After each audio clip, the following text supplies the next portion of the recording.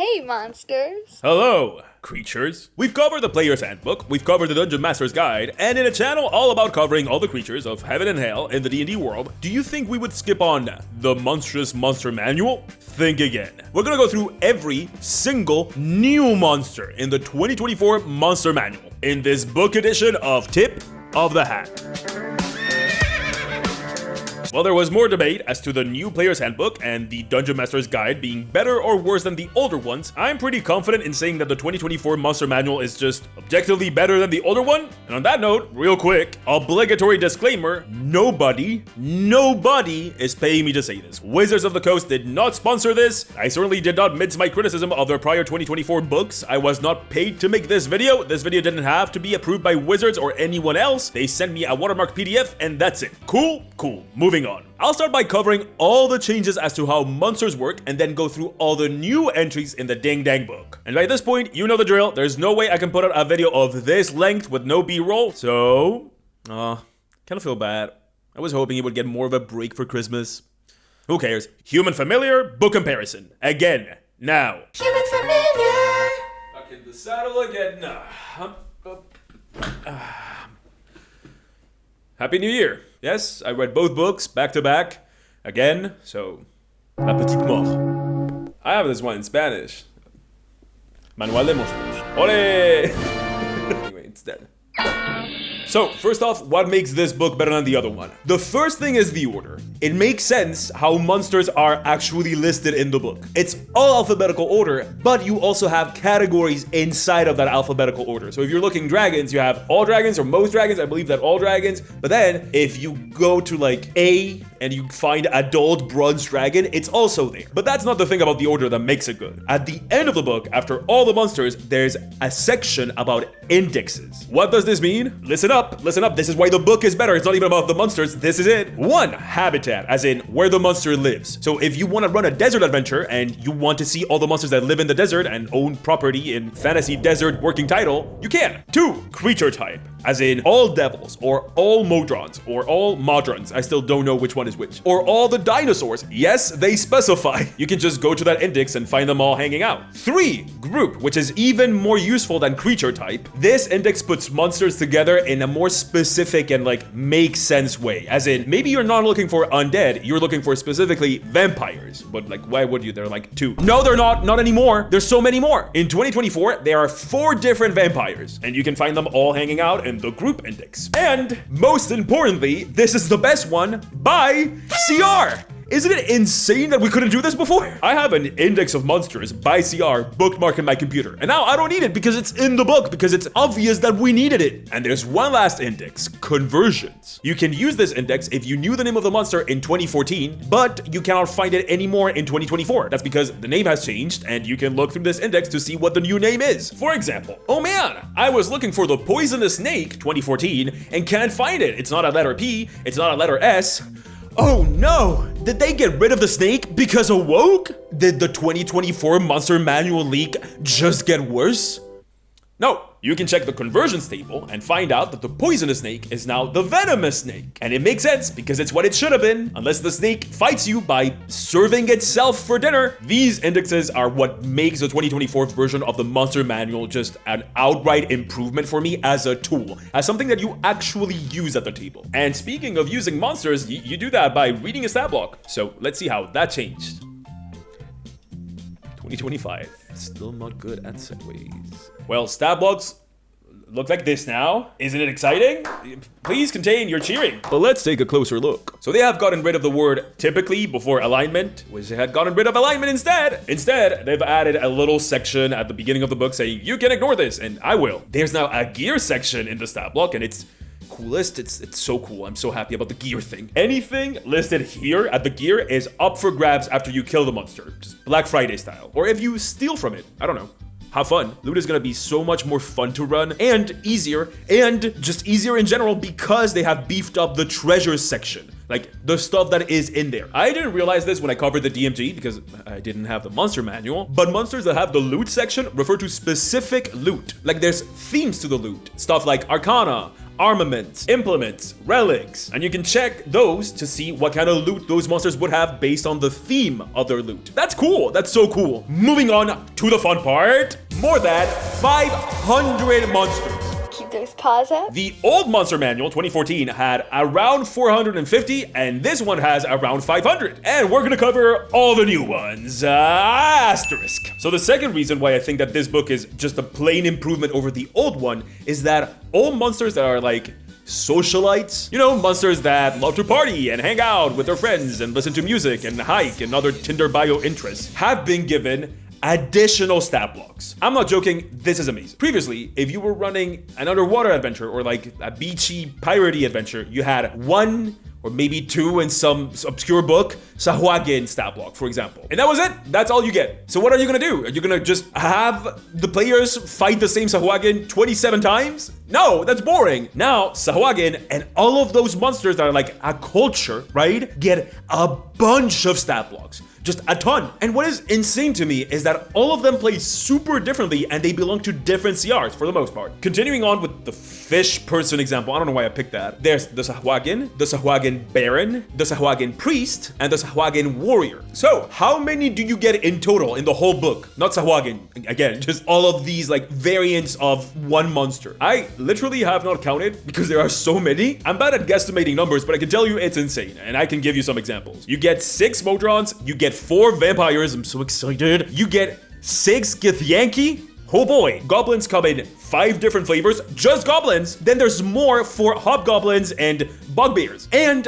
most importantly, this also applies to stuff like bandit, mage, cultist, druid, and you can make those of any race. Like, I lost count of the amount of cultists that are included in this book. And I guess I'm not good at counting, so that doesn't tell you anything, but there are a lot, trust. Fanatic cultist, Hierophant cultist, fiend cultist, elemental cultist, cool ranch cultist. There are, I'm not kidding, 7 stat blocks just for cultists, and they range from CR 1/8 to CR 8. You can run a whole campaign of this. So yes, all of those are new monsters, and there's a ton of them, but I can't cover all of them or I'll die. So for this video, we're concentrating on brand new spanking ones. Never before seen boys or seldom seen boys that are from older editions. So I'll cover the brand new ones here, but now you know that there are more in the book. You get it, enough yapping, moving on. So, because these are new monsters, you would like to see what they look like, right? But I have been giving like a list of images I can show before the release of the book, and some of those new monsters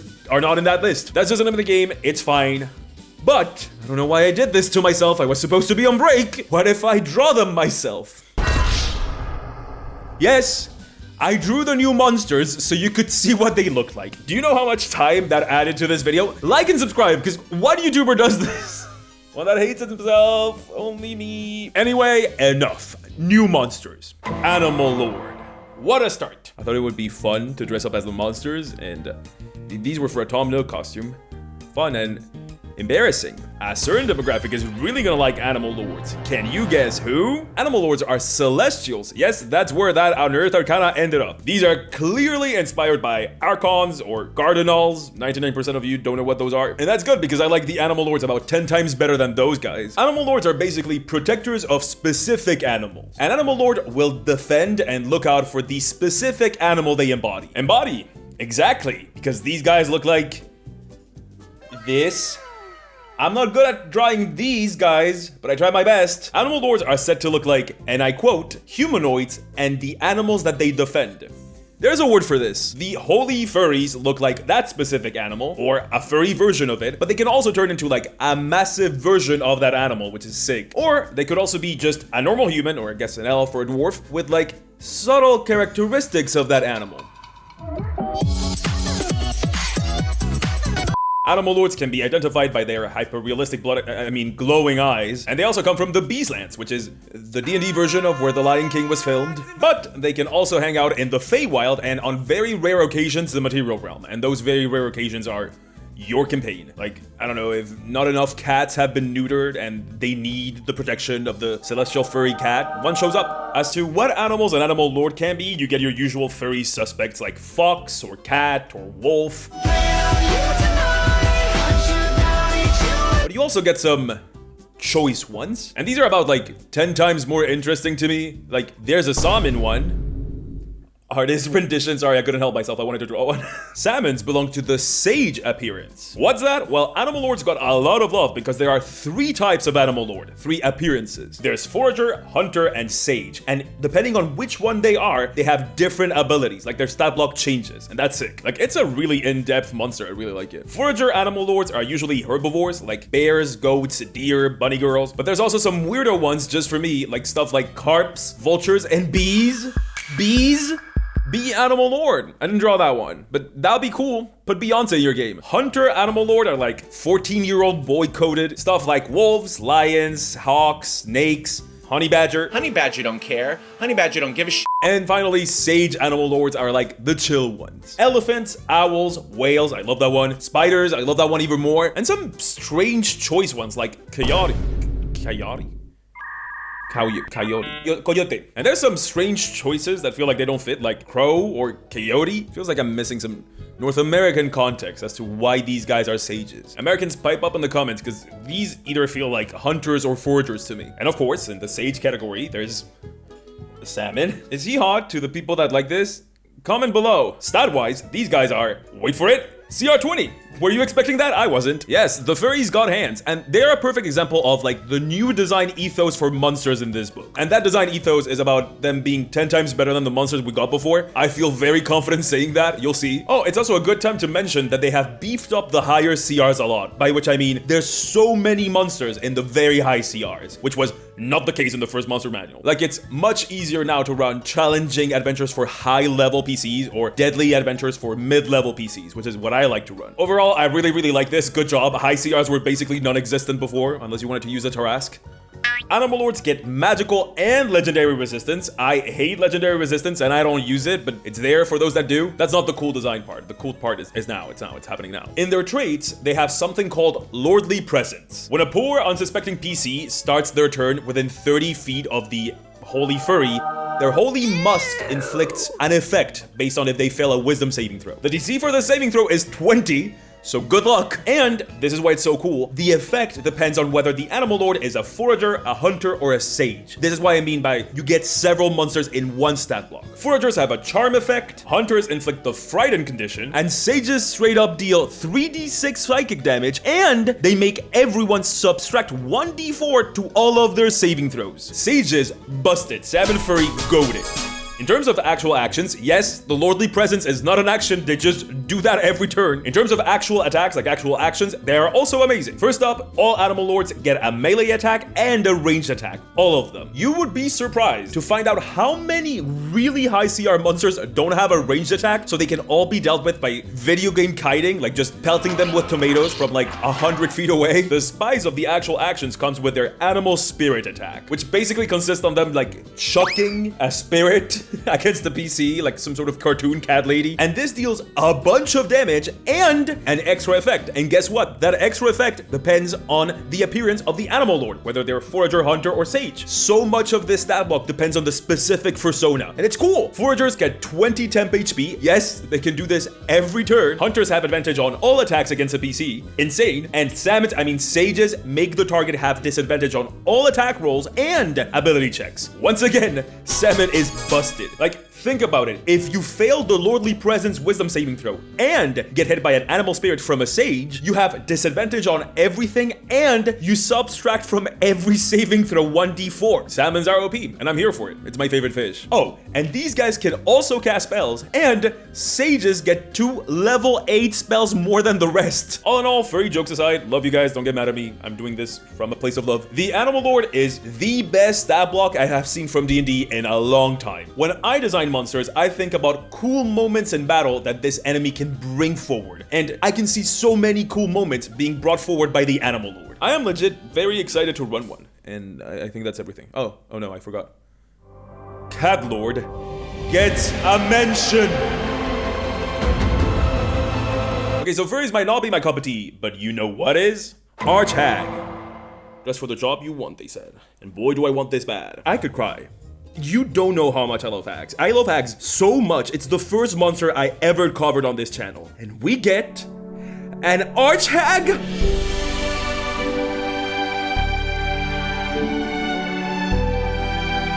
First up, this is very silly and stupid and it doesn't matter, but it matters a lot to me specifically. One of the art tags in the art tag illustration has a beard, and I saw this before they ever released that video talking about it explicitly. So are boy hags canon? They're canon. They said, and it's in the illustration, they are boy hags now. This is the best day of my life. I'm myself tomorrow. I could be a hag. Me? Representation matters. I guess it does, but not in this. Maybe a little bit in this way. I am feeling represented. It's embarrassing how happy this makes me. Also, one of them is wearing a pointy hat on the illustration. They made this for me. It's my hole. Here's some of my art for the hag, and here's some hag boys. Okay, so what is an art hag? Well, a very powerful hag. There's not much on how an art hag comes to be, but there's emphasis placed on two things. The first one is how much they plan and how important deals are to them. Because they are immortal and they live such a long time, their schemes are like larger and longer and more convoluted than a normal hag's. Because they're so long-lived, they can grant universal knowledge, but there's always a price. What does this mean? This means that the art hag is here to give your players info at a high cost. I found about art hags at Gen Con 2024. I attended a panel where they talked about them, and I tweeted, and I didn't even know if I could tweet about it. I was just so excited. This has been coming for a long time for me. And cost can be anything to a hag or an art hag. Some of the examples listed there are as permanent as memories, like you pay with memories. But there's stuff also like a year of your life, like a year taken off of your lifespan. Or there's also listed the ability to cry, which I would personally twist as the ability to feel sad at all, which imagine may sound good the first 5 seconds, or if you don't think about it past the first 5 seconds, but imagine what that would actually do to you. That's exactly the sort of deal that I imagine an art hag making. They would trick someone by making them think that they got such a good deal only for them to like lose everyone they love because they become this weird unfeeling robot that is not sad when, like, I don't know, their kid dies. Like, it'd be insane. I love hags so much. The second thing that differentiates them from normal hags, and this is why this thing was made for me, this is it. This is my new favorite monster. The previous one was hags. Okay, so art hags get ready, an anti-phylactery. What? Let me explain. To kill a lich, you must find its phylactery and destroy it, right? We're sort of lich experts on this channel, we know. To kill an art hag, you must find her there, I guess. Boy hags, I'm not over that. To kill an art hag, you must first figure out their anathema. The anathema of an art hag is not like something they have concocted themselves to like prolong their life. No, it's the thing they hate the most in the world. So you must first obtain whatever the anathema is and then kill the art hag with the anathema within their vicinity. Instead of having to destroy the thing, and the thing is like basically whatever, like in normal lich's case it's like most likely an urn. In this case, you first have to figure out what it is, because it could be anything. You have to figure out who your enemy is and what they like and dislike, right? And then figure out a way to get that. Otherwise, the art hag will just not die.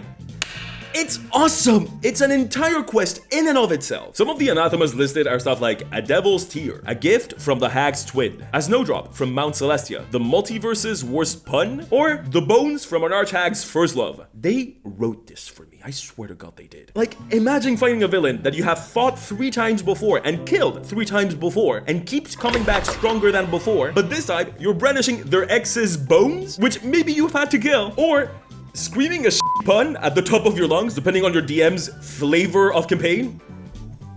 I love D&D. Anyway, abilities-wise, this is a certified CR21 baddie, and that's new CR, not old CR, so like an actual challenge. This thing gets 5 legendary resistances in its lair. Insane. Oh, and speaking of lair, this is as good a time as any to say this. Lair actions have changed a lot, and I don't like them. So, lair actions in general have been super reduced in this book. Kinda. What they have done is basically take some of those lair actions and put it right in the stat block. Keyword some though, not all. I am a lair action fanatic. Apparently this is a video about things that I like. I like hags and I like lair actions. These are a few of my favorite things.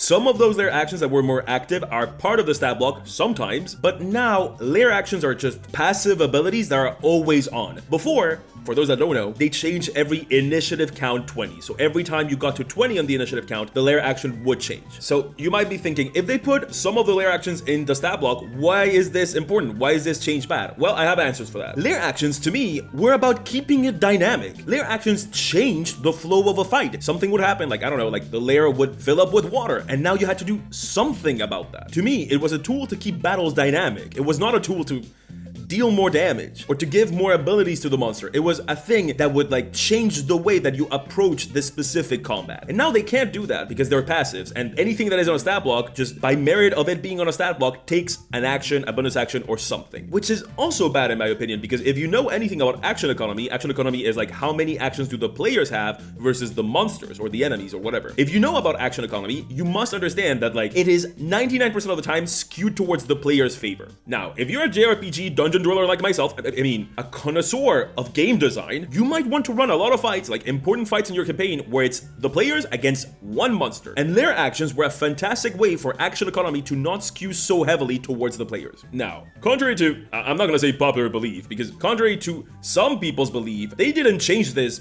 because they don't know this. They changed this because layer actions do add complexity to a fight. They do. I have seen DMs struggle with layer actions, like keeping track of them. This definitely makes running monsters easier. The fact that like some of these layer actions are actual actions or bonus actions or whatever in the actual stat block makes it easier to run. But I think that D&D is worse when DMs keep fights static and boring, rather than when DMs go, oh, sorry, I forgot about the layer action. We're just gonna walk that back for 5 seconds. That's fine. So yes, I understand why they did this. It is definitely easier to run. It is more convenient. They are trying to make a better and easier game to run. But on the other side, D&D combat really can get dull, and layer actions are a great way to keep it dynamic. I'm really sad we lost that. Real talk, you'll see my final verdict on the conclusion, but basically this is the most glaring fault I can find with the monster manual, and it's fine. I don't like it that much. I wouldn't have done it this way, but it's fine. Anyway, archags get layer actions, and they get one that will make every bard cry, and one that I really like that will make it really, really hard, but possible, to talk past a combat encounter with this thing, which is great. It's exactly what you want for a hack. They are hard to fool,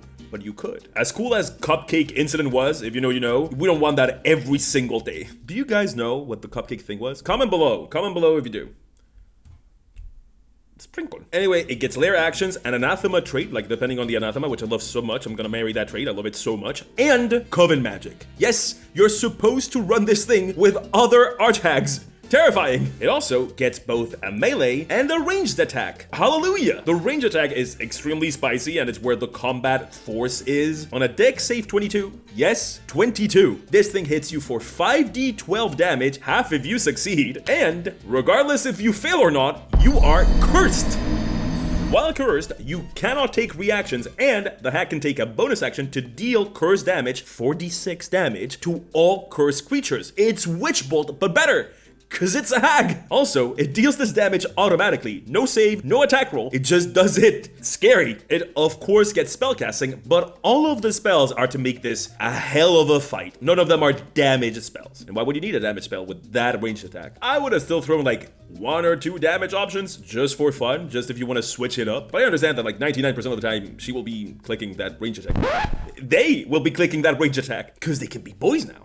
Like me. Another insane ability that this thing gets is the Tongue Twister. This is the hag's version of Counterspell, and they can cast it once a turn. Yep, once a turn Counterspell. And guess what? If you fail, you're cursed. And this specific curse makes you unable to cast spells with verbal components. Every time you speak, everything you say is the opposite of what you want to say.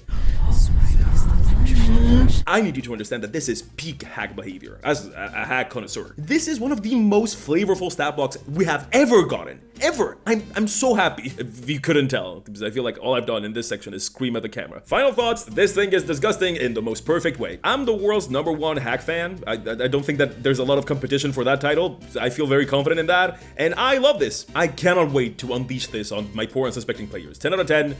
Let's hope this book didn't peak early. Rehuasaurus. Okay, cutting right into the chase here. These guys look kind of like a Carnosaurus, right? Except they have a literal shard of power embedded into their forehead, like a pissed off dinosaur unicorn. But also, they have developed psionics, a dinosaur with psionics. These guys get pack tactics because they can communicate telepathically with their pack, which is such cool flavor. They get your usual dinosaur big bite and big tail attack, you get the basics, and a 60-foot cone of psychic damage from their forehead shard.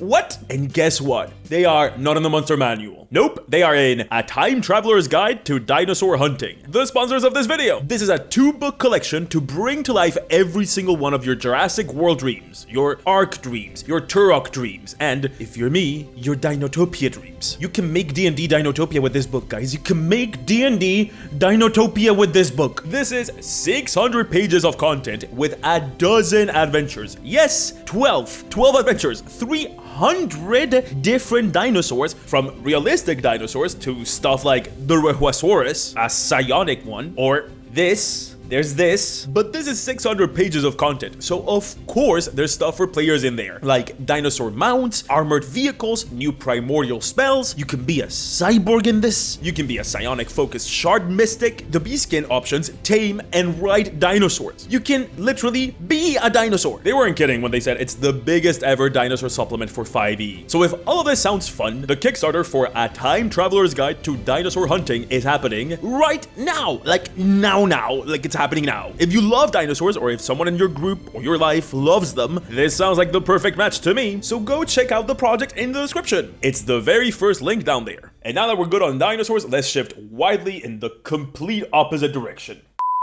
Blob of Annihilation. Hi, welcome to the Jello Palace of Doom and Torment. However long you think that all this took to make, double that. I have one here that doesn't even fit into frame.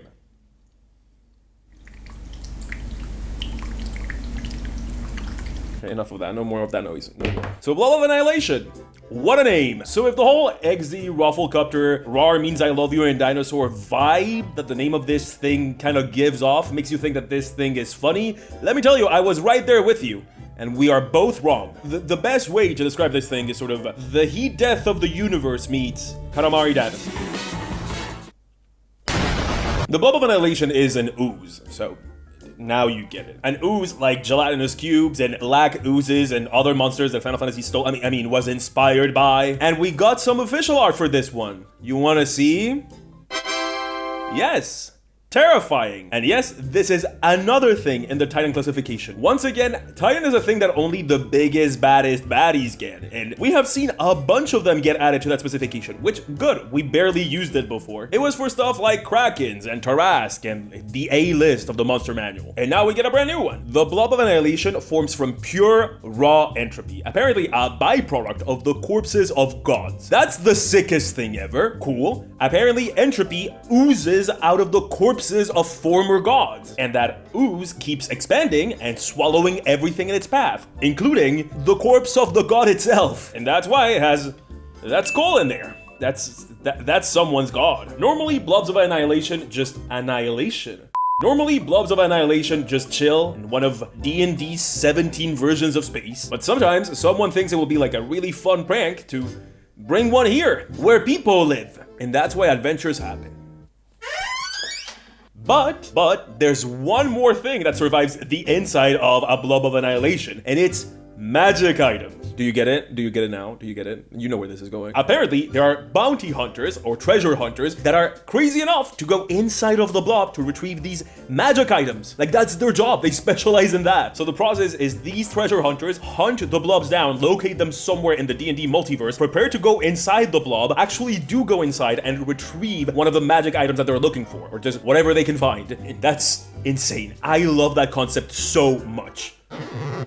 And by the way, they tell you in the monster manual some of the stuff you can find inside, and it's insane. I don't want to spoil this because it's such a sick adventure hook, and it's a brand new monster, and we haven't had that for a minute in a monster manual, so I don't want to take that away from DMs that want to run this because I think it's so cool. So I'll just say one. There's one possibility of a Tarask being inside of the blob. That's what really hits the mark for me for the new monster manual. It is that most of these monsters are blood hooks and adventure hooks in and of themselves. And they have said that they've done that a bunch of times. This time, it actually feels that way. Like, imagine imagine a sort of like Spelljammer adjacent guild of adventurers that hunts these things as if they were whales, like whalers. And maybe they have this white one, a white whale that they pursue, and there's something inside that one of the members wants more than anything, but we don't know why. I don't know. Can you think of an adventure that is exactly that? Like whalers of oozes, and like preparing and going inside, like studying what this particular blob needs you to do in order to survive inside of it, preparing all that, getting all that ready, and then finally like going inside of this alien world that is also a creature that is trying to destroy you and that can fit a Tarrasque inside. And this whole like monsters as adventure hooks, they have taken some of the older monsters and put that little bit of polish in them. The aboleth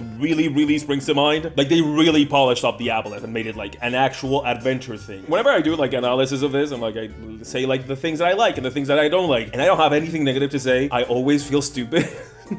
I just like this, but I still don't like the layer action thing though.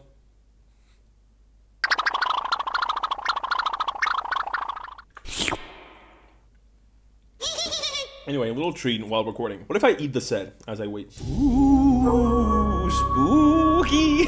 But enough about cool narrative hooks and telling interesting stories at the table. What about cold hard maths? Quick maths, if you will. Well, this thing is CR23, highest CR for the news ever. Finally, the slime girls have something to look up to. It's resistant to all weapon damage, magical or otherwise, just resistance to all of them. And also immune to practically every condition, which makes sense. Like I have a hard time picturing how this thing can fall prone. The HP is also insane here. I think that's the technical word. It's insane enough for me to mention it when I never do. I know I explained that CR had been buffed a lot in my DMG video, but boy, does it feel different when you actually see it. To give you an idea of how HP has changed, a Solar in 2014 was a CR21 creature. This thing, the Global Annihilation, has nearly twice the HP as a Solar. And also, not just an HP bag, 5 different ways of dealing damage. So you know, it sure is harder, which as I said in the DMG, good, needed. CR was a joke for a long time. Damage-wise, this thing doesn't hit that hard, but it hits consistently and in a very scary way. Other than slapping you with its pseudo-feeties of doom, once per turn, this thing can... Let's not make the joke. We're all adults. I'm gonna say it, and we're not gonna make the joke. It can engulf you. Stop! I'm stuck in your stomach alone. The DC for the Voring, by the way, is 23. You thought that dumping strength was a good idea, huh? Think again. Once you're engulfed, stop it, you're basically dying in like 7 different ways, and this thing deals damage to you immediately without needing to attack in a very ooze fashion. If these 7 different ways of dealing damage bring you to 0 hit points, there's no healing word that can help you. There's not even a resurrection. Your body is instantly consumed, and your ashes are spat out in space, not the material realm. Bye-bye. I think it's solid design because it doesn't hit like extremely hard. I mean it's CR23, so it still hits like insane hard. But the damage cannot be avoided when you're engulfed, and there's no way to bring you back into battle when you reach 0 hit points. And this thing can use legendary actions to deal even more damage to anything it has engulfed. You have to be very careful when fighting this because this thing goes against the very established 5e cycle of be brought back to 0 HP, be brought back with 1 or 2 HP, and then just get right back into the middle of battle. So you have to be extremely careful of managing HP. Like, can you really take another hit or should you heal now? You probably could if you roll low enough. Do you really want to gamble on that? That's the fun there. I like it. It plays very differently from basically every other monster in 5e.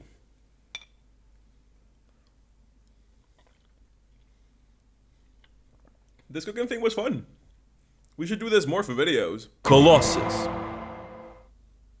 I'm tall now. I had to check 3 times if this guy was indeed new because it felt like a thing that should have always been there, but nope, brand new. Before I tell you what a Colossus is, you need to understand that this is a CR25 gargantuan-sized creature that belongs to the Titan monster group. Yes, yet another big boy monster. I hope you kaiju enjoyers like this. Godzilla hours, I guess. So what is a Colossus? Well, Colossi are constructs. Big, massive constructs that were built for some purpose. Mean, rarely green killing machines. And yes, it is some purpose, vague as that. But the text does point to them being often built for divine purposes. How I interpret this is that the act itself of building the Colossus was a form of worship. Imagine building moving cathedrals. As a matter of fact, imagine exactly that, because that's what I would do if I put a Colossus in my game. Okay, fine, I did it. Artist interpretation. Let's zoom out for a sense of scale. And there you go. This doesn't look like the actual art in the monster manual. That one just looks like a big stone statue. I wanted to draw a cathedral mech, so I did. And I was right to do so because I think it's kind of cool. Now, you may be asking, what's that Iron Man thing on its chest? Well, if the people that were building the Colossus were very, very good boys that went to bed on time and ate their vegetables, the god that they built the Colossus for will power up its like divine holy arc reactor thing in the middle of its chest and bring the Colossus to life. And it would be able to move and walk around and defend the people that built it, or do whatever the god wants it to do. And this should already be ringing alarm bells in your head for plot hooks. What I really like about the Colossus, and honestly most of the new monsters in the monster manual, is how easy it is to build adventures and like campaigns all around them. What if there's this massive threat coming towards the party in like some matter of days and the party needs to find a way to build the Colossus in that time? What if evil cultists have been building a Colossus to evil god and they need to be stopped? What if, hear me out here because I think this is the coolest plot hook I have come up with, the mighty crystal arc reactor thing in the Colossus center is hollow because it's a cockpit. That's right, fantasy mecha fight. As like the end of your campaign. The party can like climb up inside and maybe like each of them controls a limb, Megazord style, and they have to do that to like take care of one of the big threats at the end of the fight so they can have like that cool moment and then go back to like normal D&D fighting for the very end or whatever you want to do. But isn't that amazing? Like it's Power Ranger hours. Imagine giving that to your friends at like the climactic moment of a campaign. This is why I like it, and this is why I thought that this thing was already somewhere, but nope. Brand new. It's just such a staple of not even just fantasy, storytelling in general. Just big fight with big thing. And for like an oddball, what if the Colossus is alive? And in a sort of like Iron Giant situation, it doesn't want to fight, but the god that made it possible for it to be alive wants it to. What if it has to find a way to break away from the control of the god? What if it can't? What if it has to fight in a way that makes sense for it at whatever cost? Maybe to defend the people that have been helping it all this time. What if I cry about the Iron Giant being like top 3 animated movies of all time? Anyway, in terms of abilities, the Colossus is way simpler than the ones we have covered so far, which makes it great if you want to customize it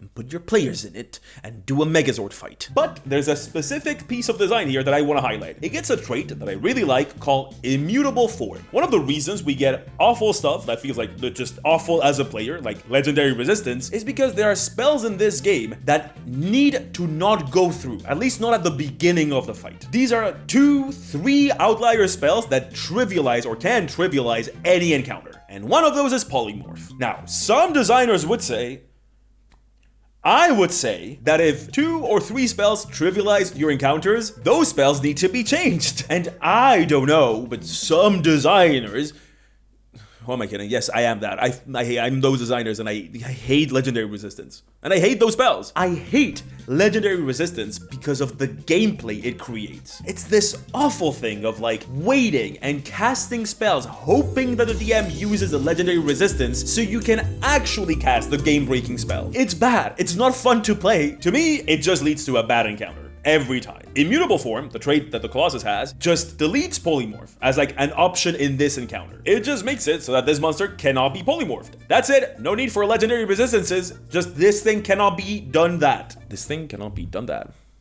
Incredible mastery of English. I wrote books. So no need for legendary resistance. Except yes need. Yes need. Because banishment is still a thing. Anyway, that's just my little design soapbox. And it's relevant because yes, this thing gets legendary resistance on top of immutable form. So have fun fishing for that. And yes, I realize it's a me thing. I realize that like plenty of people like it somehow. I just don't like it. It's a normal and established part of the game. I'm not gonna be mad that they included it. Like plenty of people agree that like monsters need it, but I get to say I don't think it's great design. It also has siege monster, which to me is like a must for monsters like this. You do want it to like trample over a town and destroy everything, and we realize that that's very sad, but it's also really cool looking. Like if you put one of these in the game, you just want to see as much property damage as possible. Attacks wise, it's simple and clean. But Tarrasque is quaking. Tarrasque is not quaking. They did change this. They changed the thing, but I get to still make the joke. The Colossus gets 2 ranged options. Everybody cheer. You can't build this thing from 200 feet away anymore, because they got mad at you doing that to the Tarrasque. With good reason. How dare you? One of those ranged attacks is an instant death ray that just kills you outright if it brings you down to 0 hit points, which is really good for a CR25 thing, because at this point of the game, if it doesn't do that, there's basically nothing that can actually kill you. If you're worried about this feeling cheap, just telegraph this to your players. Tell them that the Colossus can do this. That's it. This will mean that they can play around it, and you will also put the fear of God into them, which is what you want to do as a DM, you know, for fun. And that's kind of it. Overall, not particularly impressed by the combat capabilities of this thing, but very happy it's here, because as I said, this is such a staple. And I will come out and say it, I have not run this yet. I had ideas of like a mech thing, because I always have ideas about a mech thing, but this is like actually making me want to do those ideas, because someone did the job for me. Like, great! Just, we needed this. I needed this. I want to run Megazord anime D&D so bad. I want to run Mecha anime D&D so bad. Honestly, I struggled a lot to find a thing to put on for this one. And this is as good as body paint is gonna get for me. Why would you come to this channel looking for like flawless makeup application skills? Who do you think I am? Ginny D? Okay, so we have official art. Here it is. Did you think that was Tiamat? I thought so too. No, it's something else, and I like it better than her. Also, another Titan, somehow. Told you this book brought the big boys. So in D&D, there's elemental planes for every Pokemon type, we know this, but beyond them is the elemental chaos. Basically a place where the elements Christian mingle and Christian mix in an extremely violent and chaotic way. And that's where elemental cataclysms, these guys, live. Elemental cataclysms live in the elemental chaos, but they also are elemental chaos. They sort of embody that energy and bring it wherever they go, including the material realm, which is rarely good news. Normally these things are quite happy hanging out in their never-ending storm of Pokemon types, but if somehow brought to the place where normal people live, they will start making whoever named them proud by doing a little bit of a cataclysm everywhere. Real talk, if it was only this, I would call this boring and move on, but here's where it gets interesting. The destruction that these guys enact upon the material realm is not random, which you would assume it is looking at the picture. The thing about elemental cataclysms is that they hate anything man-made, which means that if they're brought to the material realm, they will not destroy a forest or like a canyon or any other natural place because they are beelining towards the nearest city. They're sort of like here to condemn anyone for not being cottagecore enough, like an evil pissed off druid. There's mention in the lore about how much they hate anything metallic or specifically clockworky. Steampunk enjoyers are quaking. This thing would have a field day in Eberron. That thing about making the destruction targeted like this thing has a motive would have brought this from meh to good, but here's where it gets great. Just like plants grow stronger after a fire, the land grows stronger after an elemental cataclysm. After this thing rampages through the material realm, the places where it has rampage come back to life even stronger. But not just stronger, changed, and the changes are massive. The whole point of their rampaging is that they will destroy a man-made thing and replace it by the nature that was originally there and change it irrevocably. What the cool thing is that there's a full table about the things that could happen to nature after an elemental cataclysm rampages through it. And there's some sick stuff in there, ranging from a river is just there now somehow, to gigantic coral reef in the middle of nowhere in dry land, to extinct or prehistoric species are now alive and thriving there. It's sick. Immediately, it feels like this is the answer to a whole adventure. Why is this thing like this? It's because an elemental cataclysm is behind that. I think that what works here is that it's not just some dumb monster like an unthinking beast of chaos. No, it has an agenda. It says in the text that the elemental cataclysm, as it's rampaging around, will insult people and shame them for what they did. Like the whole disturbing nature thing. He's just insulting people because they built a house. Well, listen to this, I'm quoting. They howl condemnation and chant words of unmaking in the languages of the inner planes. It's kaiju poison ivy. This thing is an elemental, and for the first time, just like the Fae, we have an understanding that their sense of morality is completely different. Like for these extremely alien things, completely different from us, it is morally okay to destroy a house because they destroyed nature when they built it, which is more of the thing that I want to see in D&D. These things come from like basically outer space, like alternate dimensions. They should think differently from us, and you only really get that from the Fae at this point. Abilities wise, we're back to interesting stat blocks from the Colossus, which was very bare bones. The main attack of this thing has a range of 30 feet. Yes, and this thing can also choose to make that a ranged attack of 150 feet. Have fun kiting, and it chooses which damage type it wants that attack to be. So Tiefling fire resistance won't save you this time, sweetie. Dwarf poison resistance will though. You guys are fine. I love you, dwarves. Mwah. The coolest thing about the stat block is the recharge action cataclysmic event. As you can guess, this is not good. This thing recharges on a 5 or a 6, and it's random. You roll a d6 to decide what it actually does, which really vibes with the thing of this coming from elemental chaos. All the effects are themed around natural disasters, and they have ongoing effects, which is what makes this stat block actually fun to read and fun to use. If this was just a recharge like the Dragon Breath, this would just be another damaging ability, and I sleep. I'm bored of that. But because this action leaves an effect after it's used, it means that it matters after the thing has used it too, not just when. I love it. Overall, really sick addition. I can really see this thing being like a really cool addition on campaigns with like a higher baseline of tech. Like if in your fantasy world you just have Warforged and Artificers running around, this is clearly a monster to earmark somewhere. Okay, enough with the big boys and enough with the newcomers. I want to finish this by talking about the monster that has changed the most. This is different from the first one because I have whiskers on. You don't understand this yet. I have glasses on because studious. Okay, I'm closing out with these. I know I said no old monsters, but these have changed so much that they're basically new monsters. You could say the same thing about dragons, but we get it. I don't want to do it. Sphinxes before were divided in gynosphinxes and androsphinxes, or girly pop sphinxes and man cave sphinxes. He was a boy, she was a girl. That was the difference. It was just the sex of the sphinx. One was stronger than the other, the boy was stronger than the girl, and there wasn't that much to them. Like, it was a lore thing more than anything. The stat block was boring, and the lore wasn't that interesting either. Now, sphinxes are basically its own monster type? Okay, I'm not kidding, by the way. There's a lot to these. Guess how many sphinxes there are? 4. 4 entire ones, and not a rehash of older sphinxes either. No, 4 brand new ones. I never thought about sphinxes in D&D before. I thought they were quite boring. I like these about 10 times better. You'll see. Basically, the big thing here is that we get a clearer and cooler origin story for how sphinxes are made, and it's less different species of sphinx and more Pokemon evolution. Let me explain. In the new version, they are much closer to the popular idea of a sphinx, as in a guardian that tests you, and also knowledge related. That's why I wore glasses. See? Effort. Sphinxes are born out of the spirits of sages and academic types. Like, they're born out of their spirits, and they're all about knowledge. They're seekers of knowledge. What knowledge? Well, that's what defines what type of sphinx they are, and depending on how much knowledge they accrue, they become a different type of sphinx. The baby ones are called sphinxes of wonder, and they happen every single time a brand new thought is thought in the material realm.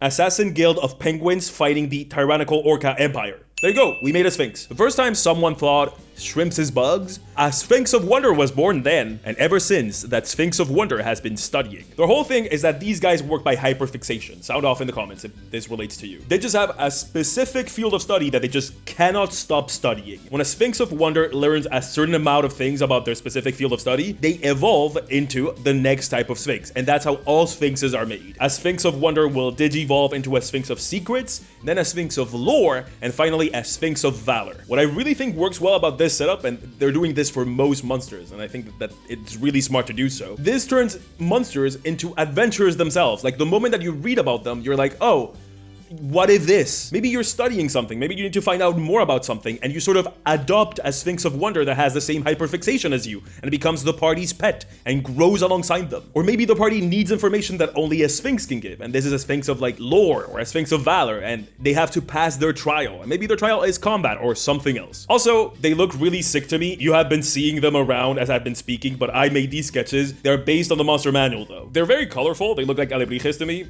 Really cool. Stat block wise, these guys go from CR1 to CR17. So you have Sphinx content for a whole campaign if you want to. Their whole mechanic is roars, which imagine dragon breaths, but as auras. I think it was important to see this because it sort of gives you an idea as to how monsters have been updated. Like, really strong ones that you think about D&D and you immediately think of those have been tweaks. Ones that were kind of forgotten though, they have taken the time to, like, make them interesting enough for them to become, maybe, potentially, one of those monsters that you think of when you think D&D. By the way, looking at the illustrations I made, can you tell I have only drawn lions as a kid based on the Lion King? I showed these to my friends and all of them were like, oh, it's Lion King fan art, and I couldn't tell them that it wasn't. Get it? It's a cryptid, and cryptids are monsters. I don't know why you expected anything better than this. Okay, I know I said I wouldn't talk about monsters that already existed or were related to other monsters, but just some are just too good not to mention, so let's go through them lightning round style. Genderlock, be gone. This might be too much of a Fire Emblem term for a D&D audience. Okay, so Harpy boys, Medusa boys, Hag boys. Oh my god, hack boys. I can't wait. Incubus girls. All of those canon now. It seems like we're moving away from gender-locked monsters, as in monsters that are only one gender. This made no sense unless you world build a reason for why this is like this, and 99% of these didn't have a reason, so I like this much better. To me, this is only a plus. It doesn't take away literally anything. It doesn't change anything. It only gives you more options. Why would you be mad at this? I'm sure someone will find a way. Like, surprise your players with a boy Medusa or a boy hag, please, a boy hag. If you're wondering why, like, all of these or nearly all of these are like feminine monster can now be boy, there's a reason for that. I think that the reason is that when it comes to monsters, masculine is very much the default. Like, have you ever seen a feminine version of a pit fiend, for example? Have you ever considered that the pit fiend was particularly masculine coded? Even though it is, like, if you look at it, it does look like that. Same with bearded devils. I don't know why I'm only doing fiend examples, but you get the point. You didn't consider those as masculine, right? That's normal. I think that that's just because we associate that as the default, and we're kind of changing that. I think that that's normal. This is not a gotcha. I just think that, like, we just do masculine as default, especially for monsters. But monsters like a heartbeat are specifically coded as feminine, and like it's a departure from the norm. Like, it's something that you would mention when you describe a heartbeat, but you wouldn't describe, I don't know, once again, a pit fiend as like, it's a boy. All in all, no options were taken away with this. Like, we haven't lost anything. We have just gained more options. But I'm sure that someone will find a way to, like, astroturf a problem out of this. Like, pretend that they're really upset at nothing happening and more options being added. And if they do, don't fall into that trap. Don't give them the click. They just are pretending to be mad because they want money. And related to all of this, incubus and succubus split like a banana. To make like a banana and split. So I feel like every nerd knows these two, but for the non-freaks in the audience, a succubus and an incubus in real-life demonology. Real-life demonology, what am I implying? Real demon, caught on camera, 4K, confirmed. The succubus and the incubus are sexy demons. And in D&D, they were sexy fiends, which means they were not devils and they were not demons. This has changed 1,000 times. And they were the same monster. They had the same stat block, one just was a boy and one was a girl. No longer so. In this specific case, we get two monsters. A succubus and an incubus are two completely different monsters. Asterisk. A succubus can be any gender and they are the sexy fiend that all of you freaks love. And an incubus can be any gender too and they are dream coded. You'll see. Incubi go into the dreams of people and manipulate them and use their fears and their nightmares against them. So they're completely different. They're not particularly sexy either. The illustration is, it's not part of the stat block. The stat block is not sexy. And here's where the asterisk is. If they take a long rest, they can rise from that long rest and turn into the opposite. So if a succubus goes into a long rest, they can emerge from that long rest as an incubus. So they are different monsters with different abilities, but they can turn into that different monster. To me, this is a massive power upgrade to a very emblematic monster. Like, we all know them, as I said, unless you're not a freak. I got super concerned actually when I was reading because I got to the incubus first and I was reading it. I was like, wait, what? Not sexy monster? No, what? That's their whole thing. What do you mean incubi are about dreams? Wet dreams? I know, the sexy monsters still exist. Don't worry, they can be boys or girls or whatever. And those are the succubi. Also, for anyone out there molding at this, and for everyone, as I said, astroturfing some sort of problem out of this thing that I just described about them being able to be any gender, that is close to the actual lore of actual real life succubi and incubi. I mean, real life. You get it. Traditionally, succubi are not female and incubi are not male. That is not the traditional mythology of the thing. Traditionally, succubi are submissive and incubi are dominant. Can't believe I'm talking about this. The word succubus comes from succubare, which means to succumb, and incubus comes from incubare, which means to lay on top of, like an egg. As a matter of fact, women that were too forward in their advances were called incubi as early as the 18th century. We have text of this. The whole inky boy, sucky girl, don't say that, cut that. The whole gender split thing is very, very modern and not at all how these monsters worked in their actual lore. So, to those that are gonna be mad at this and say that it's not accurate, I'm gonna actually you to death by telling you it's more accurate now. Checkmate, freak. Moving on from horny demon, Blit.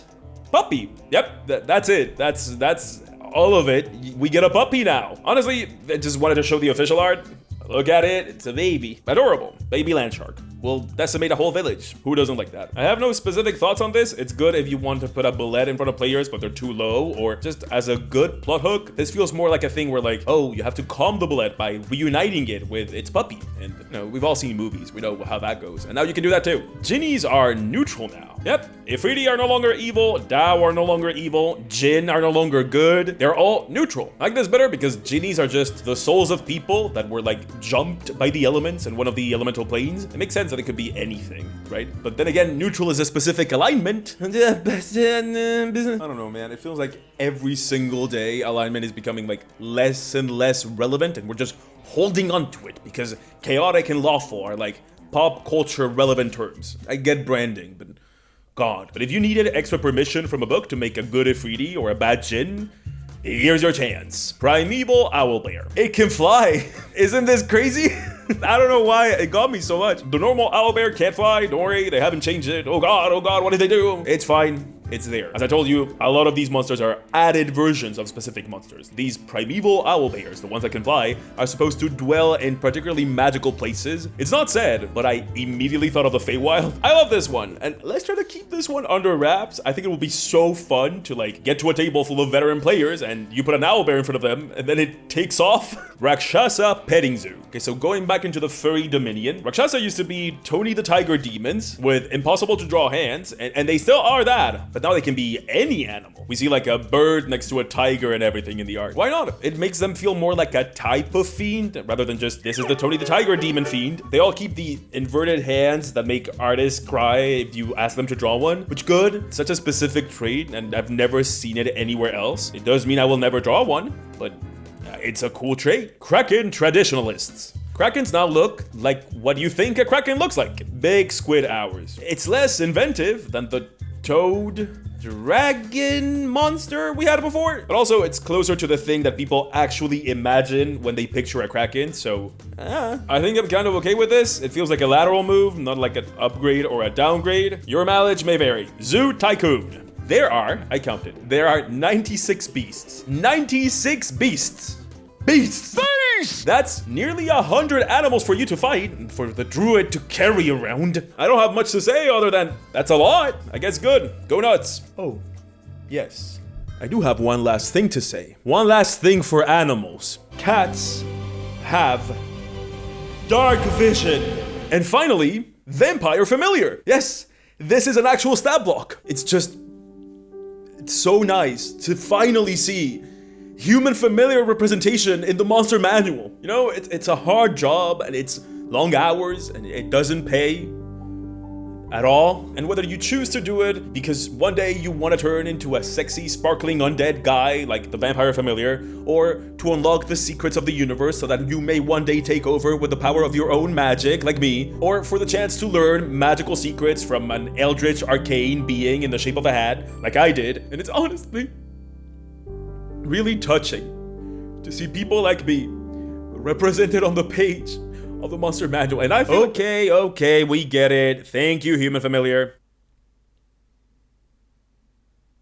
So, I had negatives about the PHB and the DMG, but to be honest, the monster manual is pretty spotless. I think literally every monster is an upgrade. I haven't checked everything, but the things I've checked, and I checked the chiz. The CR changes are very much felt, which was my biggest fear with the DMG. I think truly my only negatives here are, 1, I don't like the new layer actions. I like them a lot more before. I miss them. And 2, the monster manual doesn't include monster creation rules. And since the DMG had super basic ones, that means we don't have detailed monster creation rules in the new books. Womp womp. These 3 books are completely different to one another, so ranking them against each other feels silly and useless and not a good indicator of how useful or good each of them will be. But if I had to do it, because it's fun, I would probably put the monster manual first, then the PHB like extremely close behind, and then the DMG. Now that I've seen all of them though, I like the new version of every book better than the old version, for sure. I mean, they're not perfect, I have certainly complained, and you can go see my other videos covering them to see my critiques of each of them if you're still undecided. But I hope this in-depth look at the brand brand new monsters included was fun. As I said, there's a bunch more, but those are like new versions of existing monsters. And look at the length of this video. Also, yes, I didn't cover dragons. They made a whole video about that. If this video does incredible or whatever, or y'all cry enough in the comments, I'll make a video about the new dragons. We'll see, we'll see. But what if this wasn't enough? What if you need more monsters? Well, what about a brand new mimic? Here's my video on mimics, and it includes a weird alternative for them. You have never seen something like it, and if mimics are not your thing, may I interest you in my own liches based on classes. Here's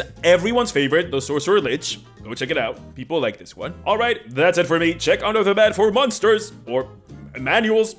Bye. Mwah.